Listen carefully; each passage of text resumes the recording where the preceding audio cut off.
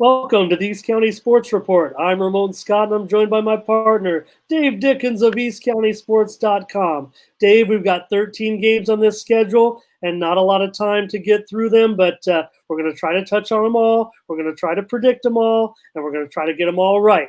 Good luck with some of these games this week. Start with one. Maybe it's a little bit easy. How about the Cathedral Catholic Dons coming to La Mesa to take on the Helix Highlanders? Dave, the top-ranked Dons, number 1 in the county, number 3 in the state, number 9 in the nation, taking on our little old Helix Highlanders. They're still ranked 3rd in the county by the media and falling a little bit in the power rankings, but they're going to be hosting a powerhouse of an opponent.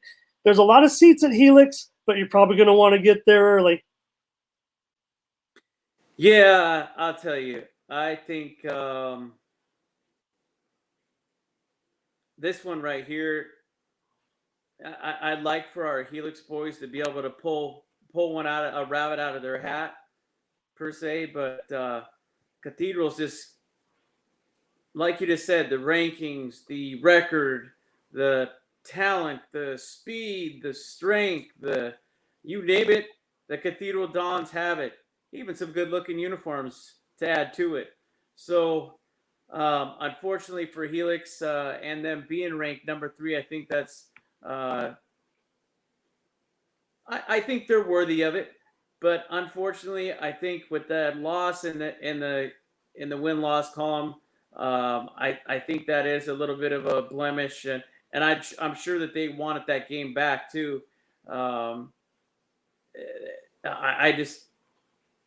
I couldn't believe how that one turned out. But with that being said, traveling to Cathedral, even with all the weapons that Helix do have with Noah, and I'm sure he'll break out for 100 yards or at least 100 yards or more. I'm sure that Mr. Brown, I'm sure he's got some tricks up his sleeve. And I think Robbie Owens, I'm sure he studied and stayed up late at night and has been almost Gruden-like in the last several days, grueling over this game that he has to play over the Cathedral Dons. But with all that being said, I think in this one, I'm going to have to, unfortunately, and it really hurts me to say this, to take the Cathedral Dons by 10. Well, for sure, Dave. And the Dons just beat nationally 6th-ranked Centennial of Corona.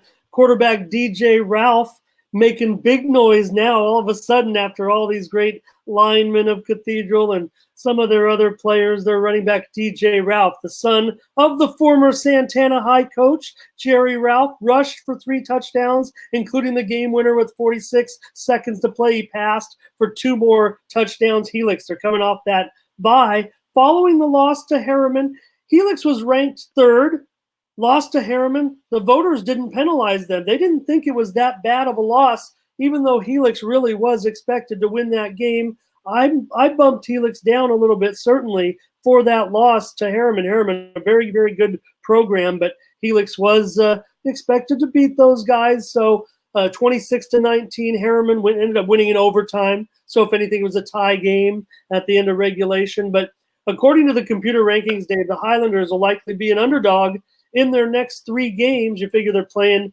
number 1 ranked Cathedral. They're playing number 2 ranked Saints on the road. And then they're playing Oaks Christian, another national power team, California power for sure. So they're going to need to upset one of these teams, or Helix is going to be starting 1-4. And if they don't beat Cathedral, which is going to be an extremely tall order for any high school football team in the country, they've got to beat Saints, or they're going to fall out of the top 4 probably for the open division. They might need to upset Saints to get that open division, especially if some other teams keep winning. You know, wouldn't it be interesting if it came down to Steele Canyon and Helix kind of playing for more than just a league title on that in that big game? So yeah, I've got Cathedral in this one, and I got them certainly by at least right now a couple of touchdowns. Dave, the Steele Canyon Cougars ranked number 6 in this week's media poll, taking on the Bonita Vista Barons. And this one will be at Southwestern College. Coming off their bye week, the Cougars won at Madison 2 weeks ago, 19-14, after losing a pair of previous meetings to the Warhawks by a combined 89-17. So I think they've closed yet another gap on another good team. Senior Antoine Walker had a 24-yard touchdown reception, an interception, and a blocked field goal in the win for Steele, while David Martinez booted 2 field goals. So Dave, the Barons, they have a pretty good receiving core led by Ron Van. They come in with consecutive wins over San Ysidro and Sweetwater, but the Cougars are big favorites. Yeah, the Cougars definitely should be too, especially with the defense that they have, and only having 14 points scored on them last week. And the thing is, and I know Coach Longerbone touched on it in our early camp meeting. Got some big corners out there, and they may be big, but they're fast, and they have good hands, and they have good safeties, and they have great defensive linemen. They are a great defense. Okay, maybe we don't have a Nate or a Fish behind center. We don't have. We got a decent quarterback back there, but I think Jeremy really Mendez, we have Neely, and we have our good friend Chance Johnson. We have the chance of a couple of run backs on kickoffs, and we have also from the line of scrimmage. And I think off tackle, any way you want to use them, I think that Chance Johnson's going to get the ball quite a few times, and I think he's going to have a chance to score at least a pair of touchdowns. And I don't even think they're going to need to go aerial, personally. If it is, it's going to be short screens, little bubble passes here and there, little dump offs. I don't think it's going to be. They're not going to need the long ball to defeat Bonita. I'm very confident in the Cougars this week, and I think that they're going to win handily, 17-3. Yeah, I've got them by certainly 2 touchdowns or more.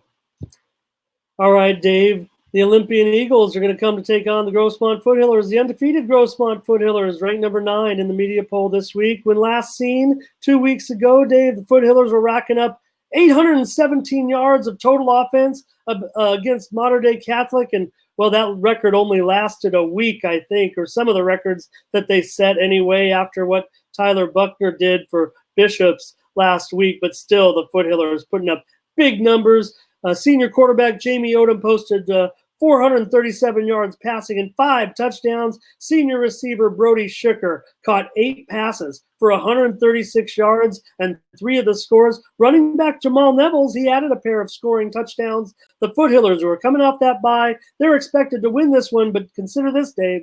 The Eagles are coming off just a 10-7 loss against the number 7 ranked team in the county in Torrey Pines. So they do play a little bit of defense at Olympian.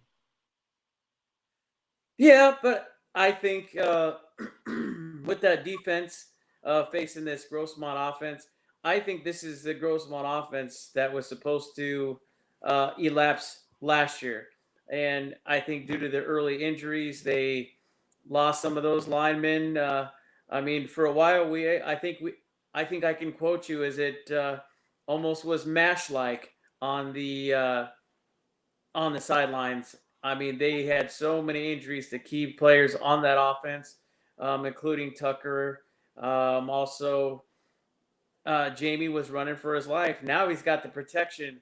He's got Nevels. He's got Tucker. He's got a great offensive line, and he can sit back there and have a cup of tea and fire at will. Brody Schicker being one of his favorites, and one of your favorites, I know, just from last year. And I think they're going to just rack it up some more. I wouldn't be surprised Schicker gets 3 or 4 touchdowns this week, even against that defense. And I'm sure they're going to try to change it up a little bit and throw in a couple of good long runs as well, just to mix it up and keep them off balance. But you know that offensive guru over there in Tom Carlo, he's definitely got some tricks up his sleeve. And I wouldn't be surprised if Grossmont won this one by 14. I wouldn't be surprised either, but I think one thing the coaching staff is probably going to be on them a little bit, because we've seen this kind of before at Grossmont. The games we get kind of caught on are the ones maybe we were expected to win. And right now with this great start, cannot afford a slip up, don't want to slip up. It's too much fun right now. So Grossmont better win this one, and I have them by a couple of touchdowns for sure. All right, Dave, Westview is coming to Valley Stadium to take on the 14th ranked Granite Hills Eagles, and the Eagles lost a tough test at Madison last Friday, 39-29, despite 4 touchdown passes by junior quarterback Justin McComb.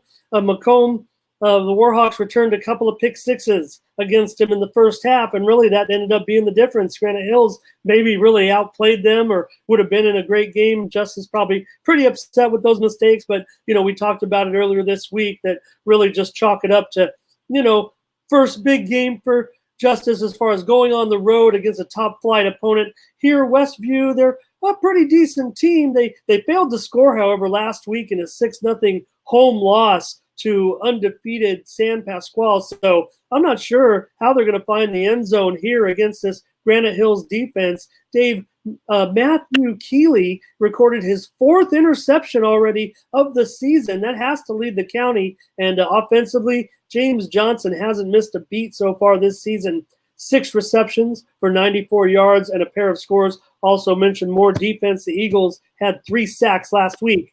And it's going to be hard for Westview to probably score, I think, this week. Well, I'm going to sound like a repeated record over and over, but defense, Eagle defense. And that has been the key pretty much since Kellen has taken over there at Granite Hills. And that has been, I don't want to say the main focus, but it's won him many football games. It's won him league titles. It has won him quite a few league titles. And again, I will tell you, because I've seen it myself, they have so many different defensive packages against your offense. So for you to figure them out when you are coming down from Westview, all I got to say is good luck. And on the offensive side of the ball, or I'll just throw out one of my favorite players on that defense. Maybe he wasn't in there as often, but he was the week before on a nice little pick. Ethan Bishop is always the field general out there, or the sheriff, however you want to call him.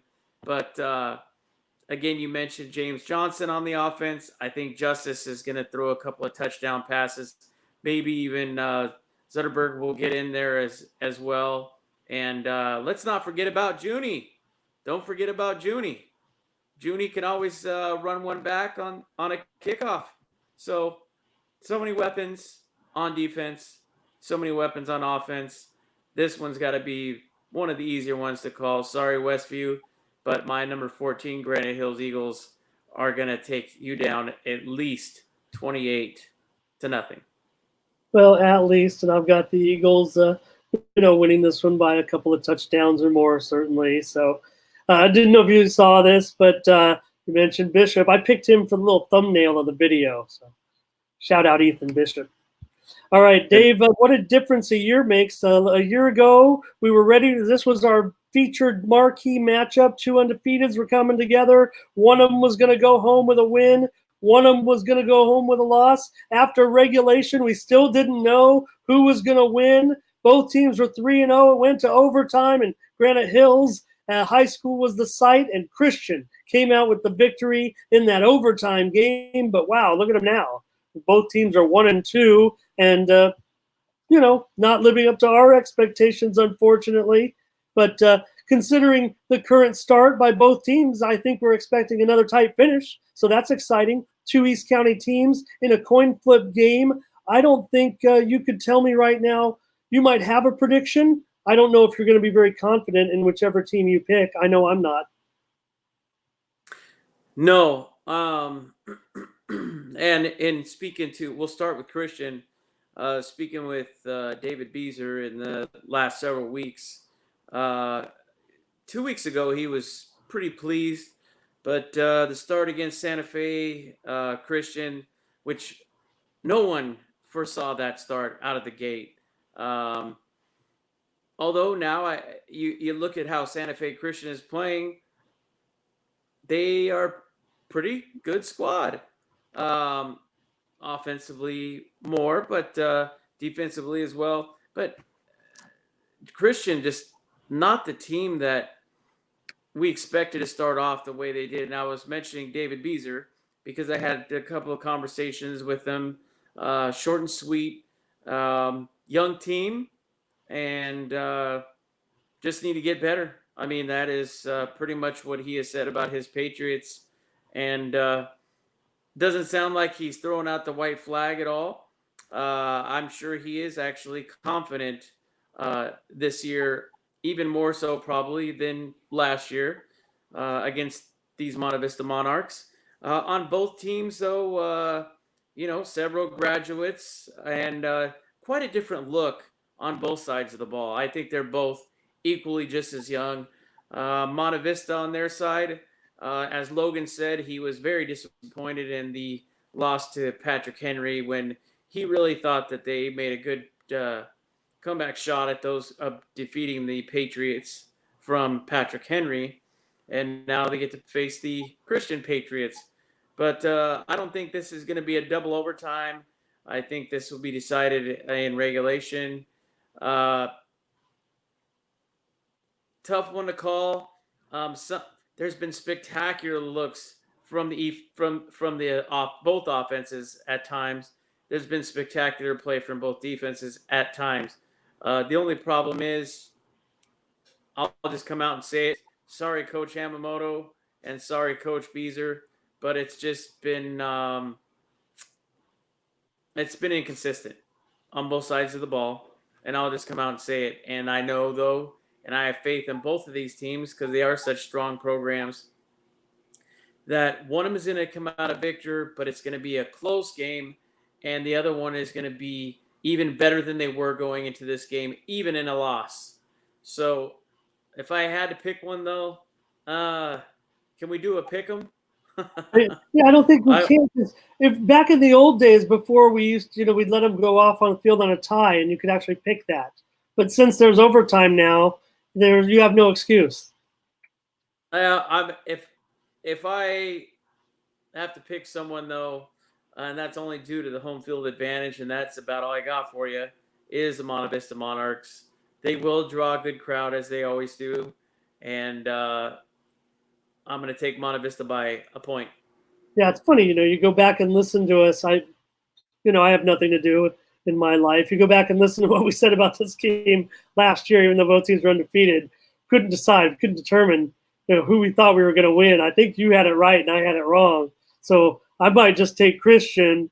Let me look at these. Let me look at this. Let me study this a little bit. The Patriots, they lost to number 1 Soldotna of Alaska last week, 42-7 at Valley Stadium. Nate Stein had a touchdown and 7 tackles, but that result was way off what I thought. I thought Christian would stay in the game. I thought it would be a competitive game, and it really wasn't. The Monarchs, they had a lead. They had a considerable lead against Patrick Henry and stumbled late.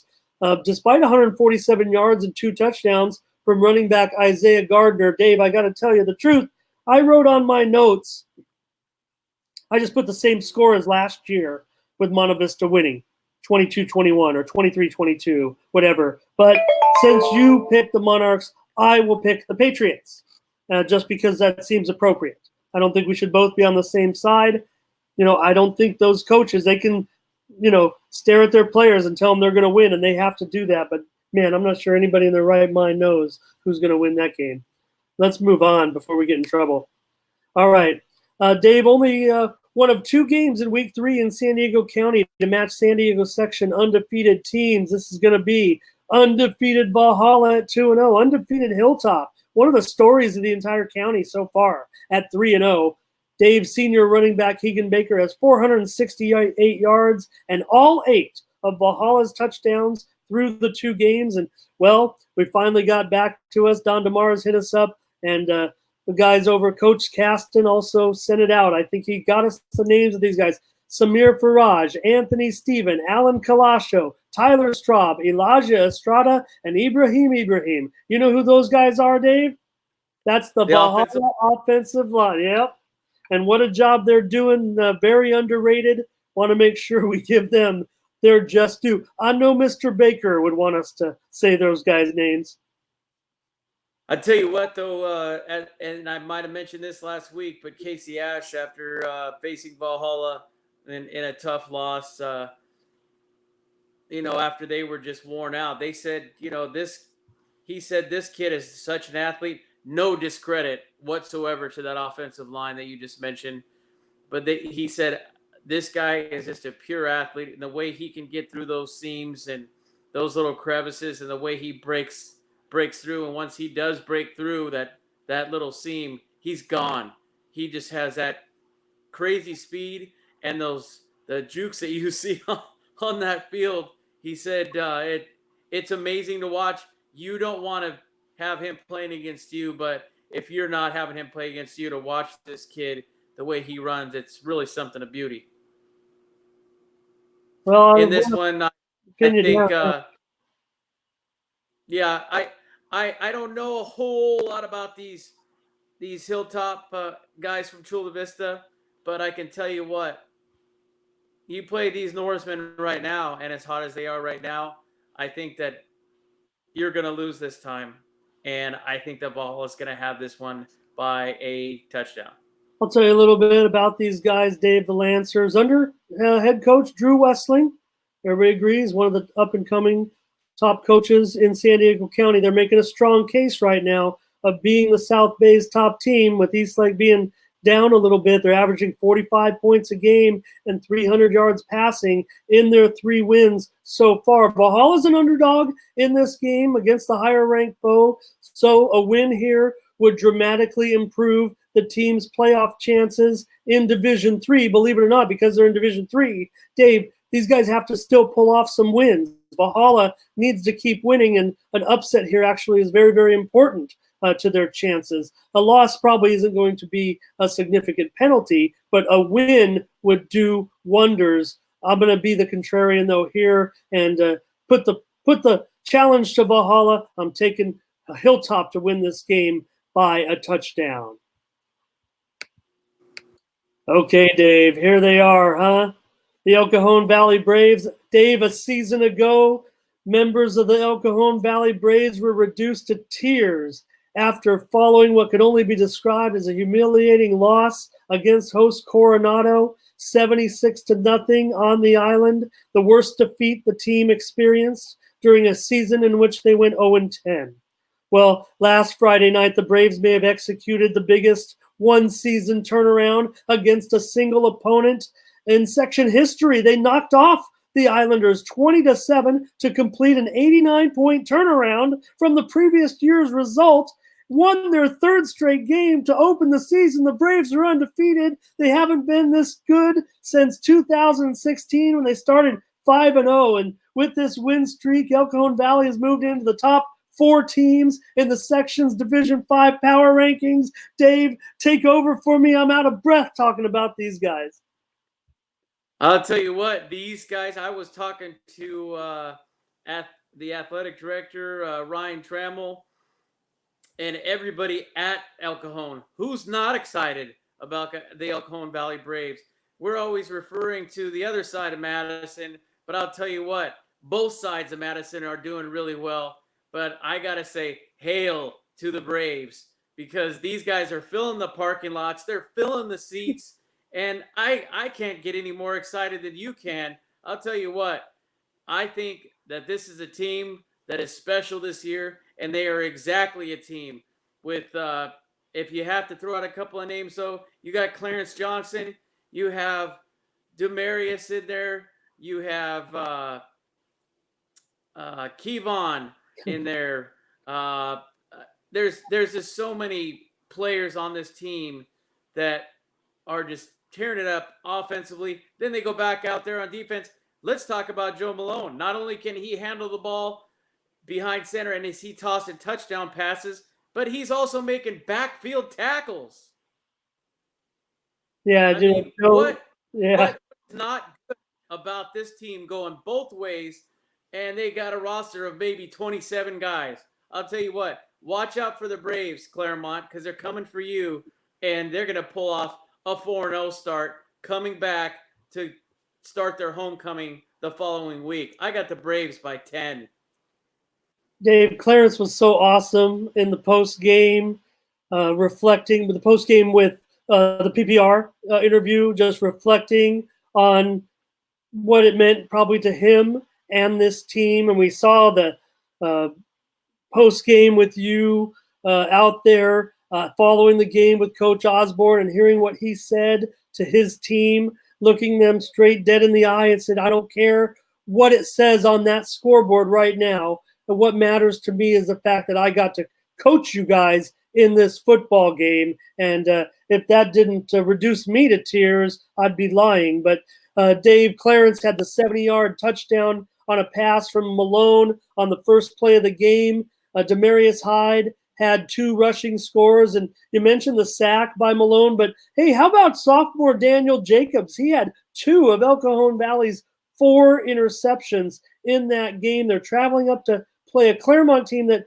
already has kind of a similar fate as El Cajon in a way. They've already forfeited the game because they couldn't field enough players. They did come back to win their next game, so they are 1-0 on the field this year, and I certainly have the Braves going up there. Going to be a tough game, no doubt about it. I think Clairemont can still play, but I've got the Braves by 8 points to win the game. And shout out Nadia York. She says she puts her ECVHS proudly up on the screen, Dave, for all to see. Okay, let's keep moving on. Hey, more undefeated teams, Dave. How about these guys, huh?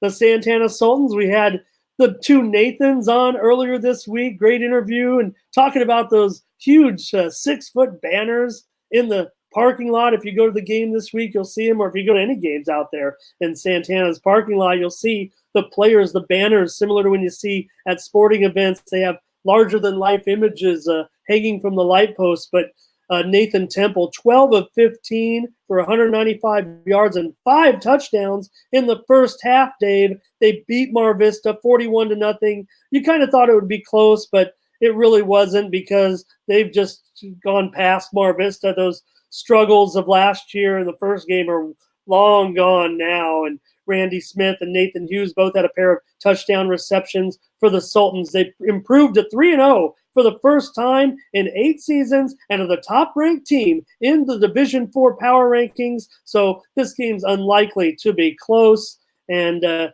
Dave, I got Santana winning this one, but we had those guys on this week. That was cool, huh? Yeah, a pair of Nathans, if you will. So we couldn't refer to them as Tathan. It was, and from now on and from here on out is going to be Temple and Hughes. Hughes and Temple, however you want to look at it. Sounds like a law firm. It really does.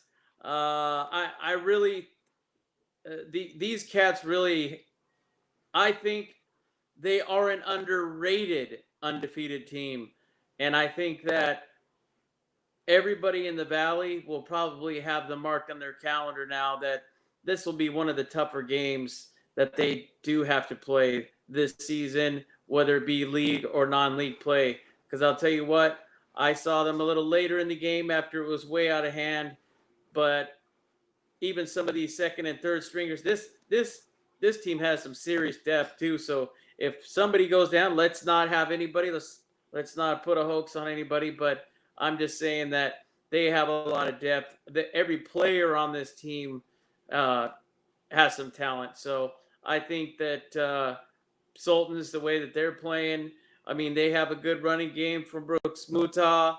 They have had a great game since then, and a great team since then. And then the receivers of Hughes and of Randy out there, I just don't see them losing this one. I see them winning this big, huge, by at least 4 touchdowns. We kidded Nathan Temple in that show this week because, he kind of said at the beginning of the season, I want to throw 40 touchdowns. And I kidded him and I said, hey, you keep putting running clocks on these guys. You can't throw any more touchdowns. So you kind of pace yourself. But when it's flying, you can't control it, right? You're just getting touchdown after touchdown.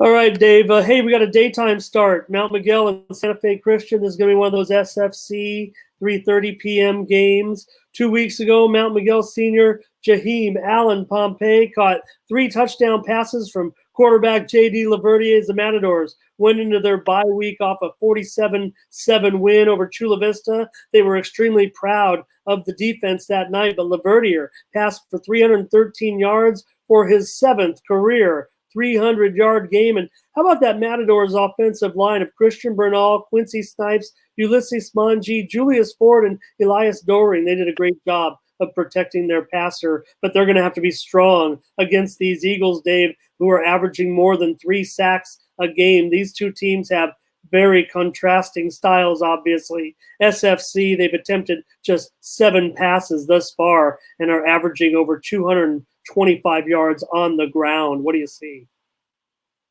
I see it's the ground versus the aerial attack. I mean, just like you were saying, he set it up for me.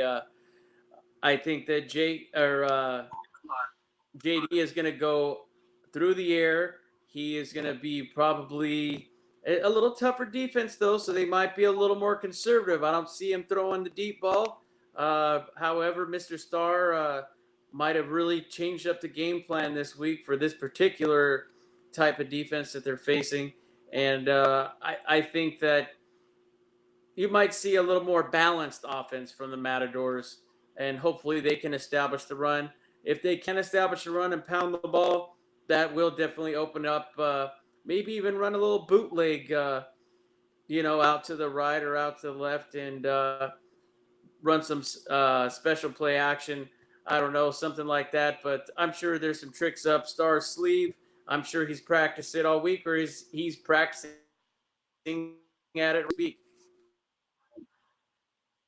Yeah, I certainly have my concerns for Mount Miguel in this contest. I don't have concerns. Okay, well, I'll keep talking and hopefully go ahead. So, and this one, though, Santa Fe Christian has just been so hot. Not to say that the Matadors haven't played good football, but Santa Fe Christian has just been a force out there. And against our East County teams, they're doing pretty well. So I'm going to have to say Santa Fe Christian by a pair of touchdowns. Yeah, I've got Santa Fe Christian winning this one by a touchdown, maybe even a little more. Wouldn't surprise me if Santa Fe Christian maybe builds a little bit of a lead and maybe Mount Miguel still racks up some big numbers trying to come back.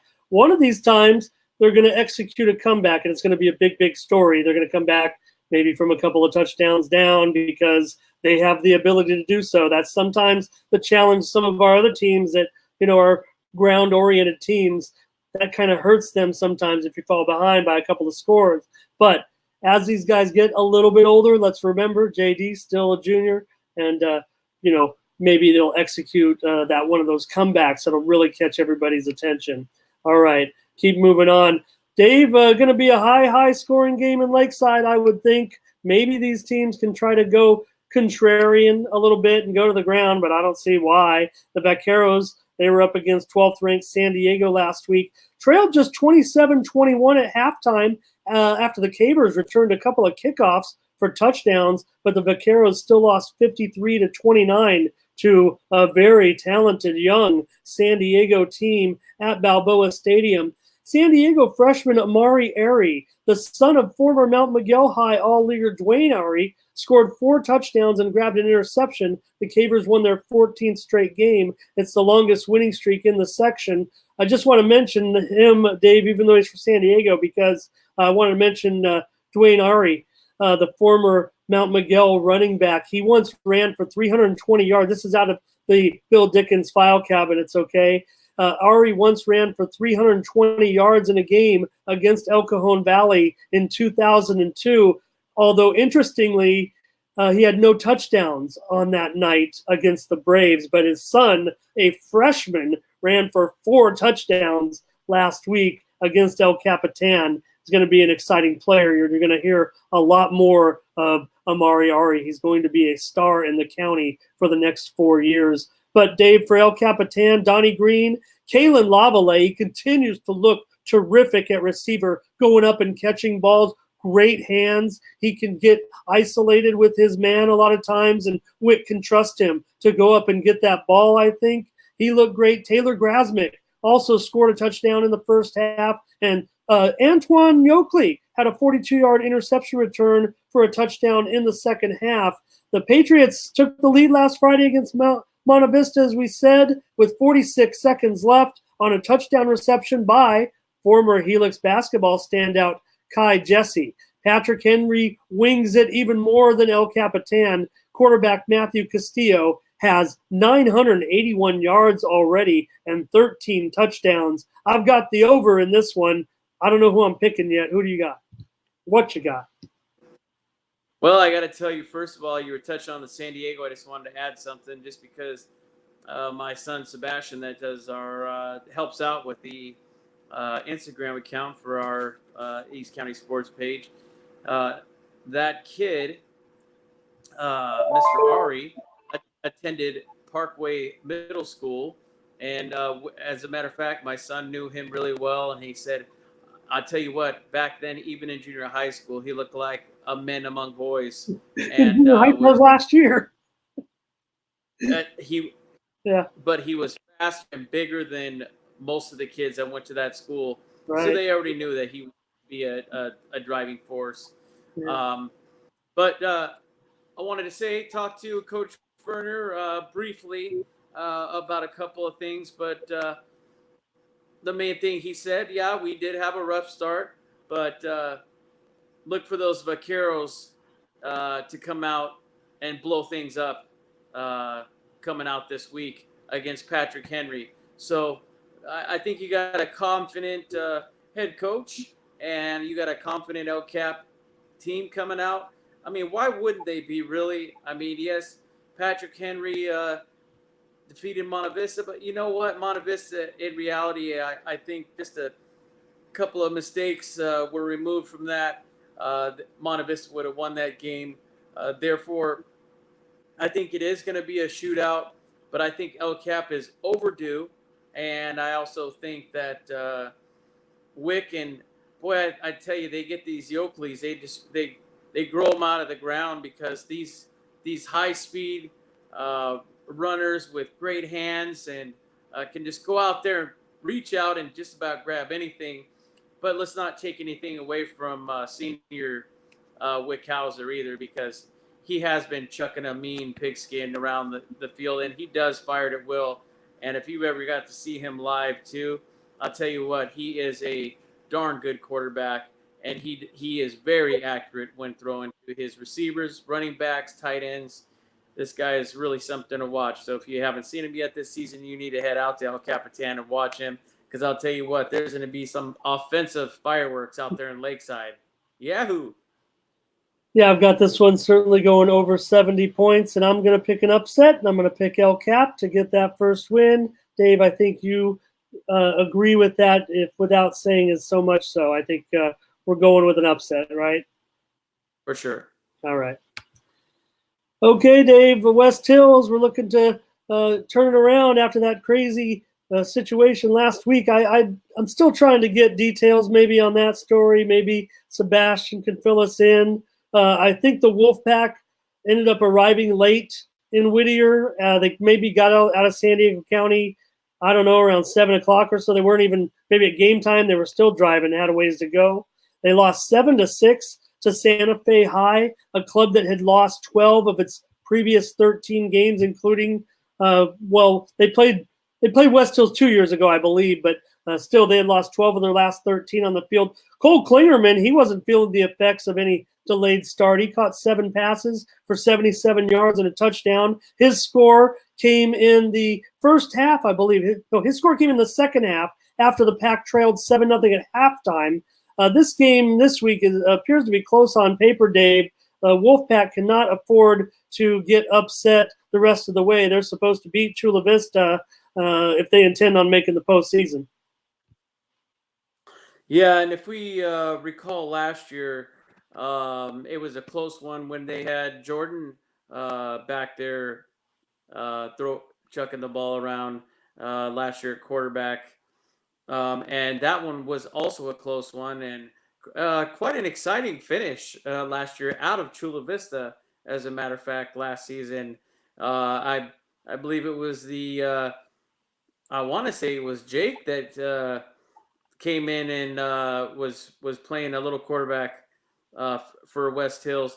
At any rate, I wanted to touch on the game last week too. Yeah, you were saying Clairemont had an interception in the end zone. The only score for Santa Fe was a 70-yard fumble return. So if we really wouldn't have given up that coughed up the football, they would have never scored. So that tells you something a little bit about the Wolfpack defense. Offensively, 10 out of 11 guys. Let's see. The other key was missing 2 kicks. They missed 2 kicks in the fourth quarter. So this was definitely a winnable game. You got to get that special teams tightened up. So that could be, in fact, the deciding factor in a game like this. I think it will be close, but I think that they've had some pretty good practices, and I think that Coach Ash has got this team put together and right back on track. So I'm going to go with the home team by 3. Yeah, I'm going to go with West Hills in this one. Got to get it done here against a Chula Vista team that's looking pretty down right now, and we're at home. So I've got the Wolfpack winning this one by 11 points. Okay, Dave. Well, earlier this week we had Mountain Empire quarterback Khalil Whitehead join us, and Whitehead had a breakout performance last week in the Red Hawks 30-0 win over Army Navy. Whitehead had 400 yards of total offense, including over 300 yards passing, as Mountain Empire got it done. We had a nice interview with him via telephone. Right now, Mountain Empire, they're going to play Mission Bay. These two teams are so closely rated in the power rankings right now. I mean, it's virtually a coin flip on a neutral field, but I think with Mountain Empire having that home field advantage, I'd kind of lean towards them. Mission Bay lost 27-26 at home against University City last week. How close are they? You have Mission Bay is 8th in the power rankings in Division 5, and Mountain Empire is number 9. So what do you see here? Well, first I want to touch on something. I actually got a text from Coach Nico Van earlier today, and I just wanted to put it out there for him. I threw some texts out there and no response, so I figured I would do it on the show. He's asking if there's any freshman or JV teams looking for a game this week. Mission Bay canceled the JV game, and so they're looking for a JV team. Hopefully somebody can help them out. If you're looking for an extra game, Mountain Empire would really appreciate. Maybe they can get on out to your field, or you can get on out to their field. Their JV team's looking for a team to compete against. So anybody that knows anything, any of you other coaches or fans that are watching at this moment, see if you can help out Mountain Empire. They'd really deeply appreciate it. And then on to this one here. I mean, we spoke quite heavily about it with Khalil, and we just talked about also how closely matched they are. I'm going to say one thing. It's always a disadvantage to the team is coming all the way from the coast, coming into a dry desert out there in Pine Valley. Big difference out there where you have the home teams used to playing in that dry heat. And not to mention, speaking of heat, with Khalil being on fire and putting up the numbers he did last week, if they can duplicate even half of that, I think that they'll get the job done versus Mission Bay. I have the Red Hawks winning this one at home over Mission Bay by 7. Yeah, I'm gonna go with the Red Hawks. I think watch out. I think Mission Bay might be okay in this spot. I think, man, it's going to be another closely rated game. I just want to respond to one thing in the chat. Dave, you said Jake came in and played. I think you had it right as far as Jordan Young got knocked from that game last year. It was Hunter Gauthier that came in to play quarterback in that game and did a pretty good job. Remember that game? It was 13-0 was the final score. Jake had a sack in that game, and the defense really, really shut them down. So I expect West Hills possibly to have another great game defensively. Points are going to be hard to come by in that game. It's going to be kind of like last week's game, I'm afraid. I think we're looking at just maybe a couple of touchdowns. So, anyways, I'll just touch on our 8-man game of the week, Foothills Christian. Tony Moreau was another nice game last week, 179 yards, and teammate Jason Oliveira returned to kickoff for a touchdown and caused a fumble that he recovered for a score. The visitors from Santa Catalina Island won their 8-man opener 73-14 over local outfit Ocean View Christian last week. They have a quarterback, Antonio Ramos, had 368 yards in his first career start. Junior teammate Beto Martinez had a school record 210 yards receiving. So this one could be fun. If you've ever checked out 8-man football, you can head out to Sayao Field over there by Parkway Middle on Friday night. The Knights made this 26-mile ferry ride out to Santa Catalina 2 years ago and beat Avalon 36-16, but Avalon has dramatically improved since that game. They've won 12 of their last 15 games. Dave, we kept it to 45 minutes, but I'm going to leave it to you and see if you have any thoughts, anything that we didn't cover as we head into Friday night. Maybe you can talk about your sponsors, but maybe you can think of something regarding the games this week or anything that I missed. No. I was just remembering that was correct. The fan that came in and that was incorrect on Jake, and I do remember it was Hunter Gauthier that did come in. I think Jake was able to come back the next week, right? He needed like X-rays though, even for his injury. He suffered a wrist injury, but I don't remember if Jordan missed. He did. He did. I think what it was is he was actually trying to make a tackle in that game. I don't even know if he made the tackle, but it was an attempted tackle. He went out of that game. We weren't sure if he was going to play that following week, but I do believe he did make the start following that game, and he was good to go. But, I mean, he was quite the competitor anyway, as we all know. The only other thing, like I said, once again, I just wanted to put it out there again that Mountain Empire JV is looking for a team to compete against. If you can help out the Red Hawks, they would deeply appreciate it. Contact the school or contact Coach Van, and he would be glad to help out with that as well. But we would all here at East County Sports, we'd like to thank you for checking in. But again, our sponsors, Hoppy Hopgood over at H12. Go see him out there in El Cajon and his new location. And I definitely would recommend stopping in there, checking out the new hit tracks that he has, technology he has over there. And not to mention our retro sports. Check out Matt over there or Jake. They would definitely be able to help you with any of your uniform attire, game uniform attire. Do great embroidery work, do a lot of our patches for our players of the week. So we are real happy of what they have done for us as well. And who could ever forget about Al's Sports Shop in Santee? We all know where that is, especially if you're a West Hills or Santana fan.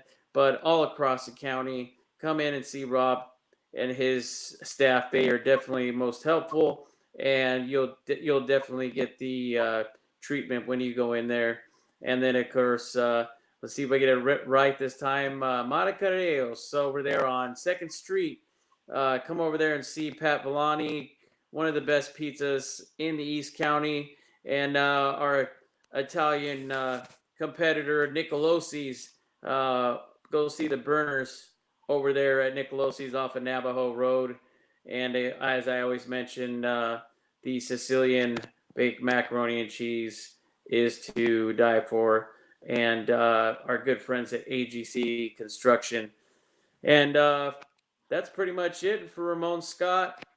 I'm Dave Dickens, and we thank you for joining us again for another week of the East County Sports Report. And we will see you all next week.